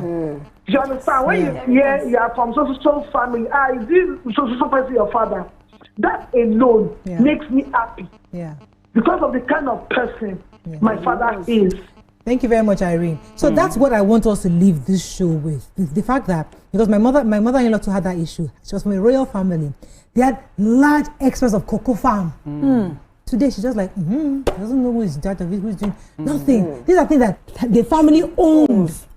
So that's why you need a third party to run the business, because that's one of the issues we had in Africa. You keep doing as if because of inheritance, legacy is our father, is our own, we hoard it, and you're hoarding it and nothing is happening. Society is not benefiting from it. I will forever be against this colonial interruption we had, because our system of African inheritance is such that it will run. But wicked brother story that somebody now told us, that your wicked uncle takes it over. So there's a reason why it was the men who took it over, such that if the name is Damilola Banire instead, there will be a Banire on that property. That Banire who takes it over was not supposed to, traditionally, because I know in my custom that if he was a mismanager of that asset, such that he disinherited the original investors' children, those investors, they just need to, in Edo, you go to the alimi, they go to the grave site and report to the ancestors. We believe in ancestors. And you will see his life. It's like they will do a coup d'etat from the above to remove him. Somebody else will come. That person is supposed to manage it such that it's like a continuous endowment. But we have now we have now read law, we have gone to the abroad, we have copied the abroad system, and there's a clash of culture. You will see people be saying, I don't know, because it's outdated. Do you know how old it is? Let me tell you why it's improved. I will tell you why it's outdated. Let me come to Dami. What I think is happening in this place is that if you have a trust fund to manage, isn't it better? Yes, it is better. Yeah. But in the event that it is the children of the owner of the property that are fighting each other. So are you saying that the person left the property to create further chaos in a place where they cannot manage themselves? And then now manage property, because if you cannot manage yourselves, then how well do you manage properties? So after everything we've said here, we need to understand something. There's somebody that has worked hard and left and built legacies or inheritance that they want to pass over to somebody, right? So the sole responsibility of how that inheritance is passed is on that individual who is living it. So if you decide, because in Africa it's so funny how nobody wants to write a will. Nobody wants to have that conversation because they just feel like, oh, so you want me to die? You want to take my property? But we need to be intentional about everything that we do. You do not take all your time, energy, but people contend wills. And build wealth. Let me land. And build wealth without actually taking over the responsibility of putting structures in place, legal structures that manage the property. You cannot create a trust without it being in a legal manner. So whatever you do, whatever inheritance you want to leave, you have the responsibility to discuss that thing called, how am I going to pass my will, trust, how do I want to pass this inheritance? I disagree with you, but wait, let me take this caller. I think I have a caller. Good morning, thanks for calling. Good morning, Morayo. Go ahead, you're live. Okay, I'm a first caller. Okay. First time caller. My name is Abiodun. Pen and paper. Okay. Paper, just paper. Are you listening to me? Yes, go ahead, sir. We're hearing you, Mr. Abiodun. I'm very, very happy for what you people have been doing every morning. So I'm a first caller. Okay. So you people are discussing about a sensitive issue. I know that voice. You people didn't look in a two-way. Okay. Every time. One, you should look it in facets of maybe extended family. Then nuclear family. If it is nuclear family, very time, there must not be problem.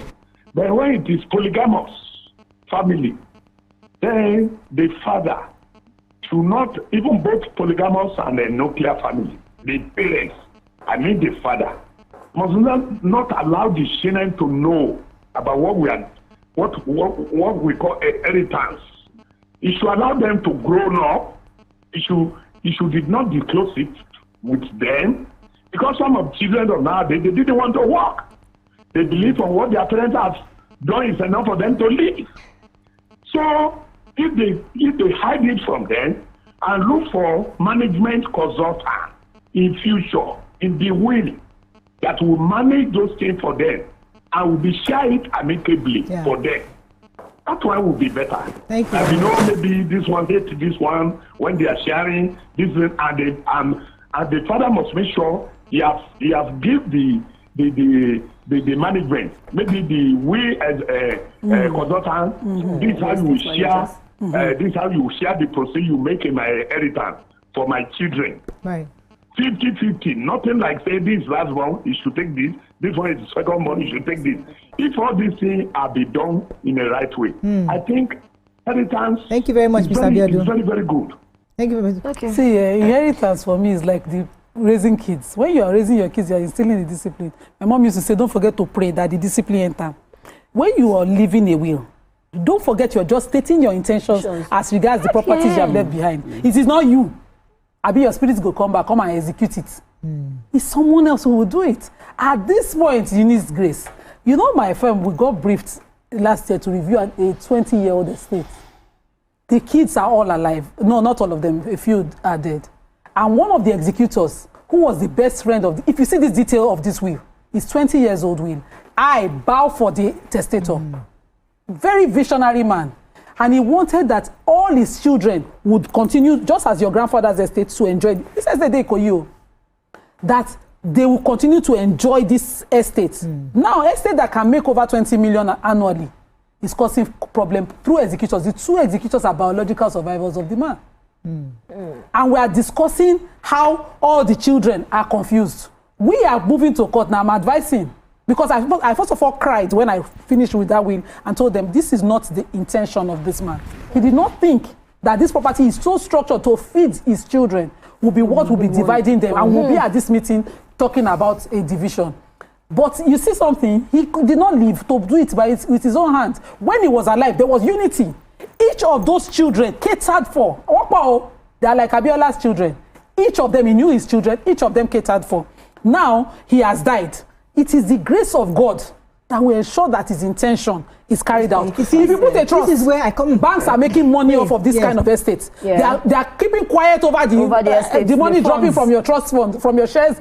Banks are making money. See, CBN have work, full day work to do. This thing you have said is the reason why I disagree with a lot of things that have been said. And I have a proposition. And the proposition is that I think it is too heavy, it is too important to allow something that has the potential to benefit a whole society to be based on somebody's discretion or decision or his wish on his dying bed. I think where we are as a society, as a country, because I always like to look at the bigger picture, the greater good. As a Nigeria where we are today, if I own a property and I know that this property can be beneficial, there should be a law that will compel me to ensure that this property, when I finally die, my administrators or whoever is going to execute execute the property will ensure that this property is beneficial to the greater two people. The proceeds can be shared with my children as beneficiaries of me, but I shouldn't be the one to say I want it to be used for supermarkets. I want to use for if it's supermarket you it's not. You see, it is too important for us to execute your thoughts because it is too limited. That's why somebody can say, Daddy wanted to do this, Mommy wanted to do this. Daddy was professor, Daddy was time, he told me this, he told you that. What we are saying, what is this? How was the greater, what's the maximum use of this property for the Nigerian people? Because there are some countries that no matter what property you buy, after a certain amount of years, it hands over to the government. They will take it from you. Even in Nigeria. Sometimes some countries 50 years or 400 they will take it right back. So why are we putting so much burden on the owner? Who gave you the audacity to tell me, oh, we use it for a supermarket? No, that place cannot have a supermarket because it's a residential area. We use it for something that's going to build houses for people, and then the proceeds can come to your children. So I am proposing. I'm not saying that. I'm just saying to think about the bigger picture. Everybody saying my own wish, my own wish, my own wish. I'm sorry. Everybody has a wish. I'm not going to execute your wish based on who you are, because you're making your wish based on your own selfish interest at that point. At that point. Yeah. It's a proposition. But go ahead, Dami. I think I also agree with Moriah, because if we look at it, some of these our parents sometimes they don't also there is preferential treatment. You want this to go for this person and that to go for that person. Like Nima said, you are not going to be there when the fight starts. It's only your spirit that will be saying that I've caused trouble. And at that very point, siblings lose their lives just because of inheritance. If they don't go physical, they go spiritual. And we've seen this happen too many times. So yes, if we say the person who owns the property, I would even accept that. If you feel that you know that after you pass, chaos will erupt, sell it off. Give them what is accrued to them in your lifetime. Let them go and do whatever with their proceed. They already know that, oh, daddy has settled all of us. That's the language, settlement. Yes. But instead of you waiting for inheritance, that will probably cause a bigger divide than even the way you try to mop up money to start that. So the reason for this conversation is not to change things, but just to give people start thinking. But maybe we need to redefine this insight. Many years back, we did used to talk about having a will. But now we've seen that the moment you begin to have one or two things, please put a will, no matter your age. But it doesn't mean that we are praying. If you must have what a will. Do I have yet that needs a will? That's where we start from. Here we go. All these ones, I will give them out in my lifetime. I've also planned that there are a lot of things that, because I have 2 boys, and as of now, I do not intend having more kids. As of now. But if at all, I'm already looking at them. What is this one good at? What can I live for this one? What can I do for this one? What do they want? Sometimes parents don't even ask their children what they want. Children and how they want to. Children cannot know what they want. No. I'm not saying children like as toddlers. Maybe as teenagers, as youths. Like, what do you want? What do you really want to invest your money in? Wait. Let me have. I think I have a Maka building. You want to say something? Okay, yes. I'm just trying to say, like, what you're proposing is socialism, and that's if we're working in a democratic setting, that will not fly, because you can't take away people's rights from someone that's someone that's worked and told, and then the government now tells me what to do with my property. It's not going to work. So that can't fly. But it's just about everybody taking and owning responsibility for your actions, or you know, preempting what you think might happen or might not happen. That's just what you can do. So if you must live a will, create an hierarchy. If you have plenty kids in monogamous settings too, create an hierarchy. That's why you see royal family always say the first son, the second son.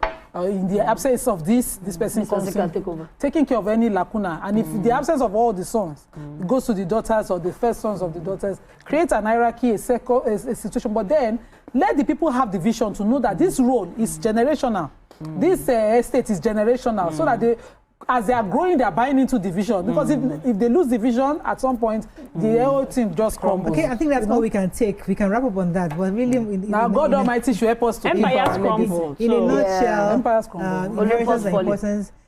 Based on what Takabelo has said, it's not leaving inheritance. But I think I like what Amaka said earlier. It's depending on how you define it. Inheritance can be material, and can also be your legacy. It can be things where it's a pride that, okay, this thing belongs to our family, and our family has been doing this for years. We see so many legacy companies across the world. You can't point to the owner of Coca-Cola, but today we are still seeing the proceeds. So the point is that we need to start building inheritance beyond our personal selves, but more of the name and something that can be more beneficial to more people. That's all we can take on today's show. Have a great day. We'll see you tomorrow. Bye for now. Bye-bye.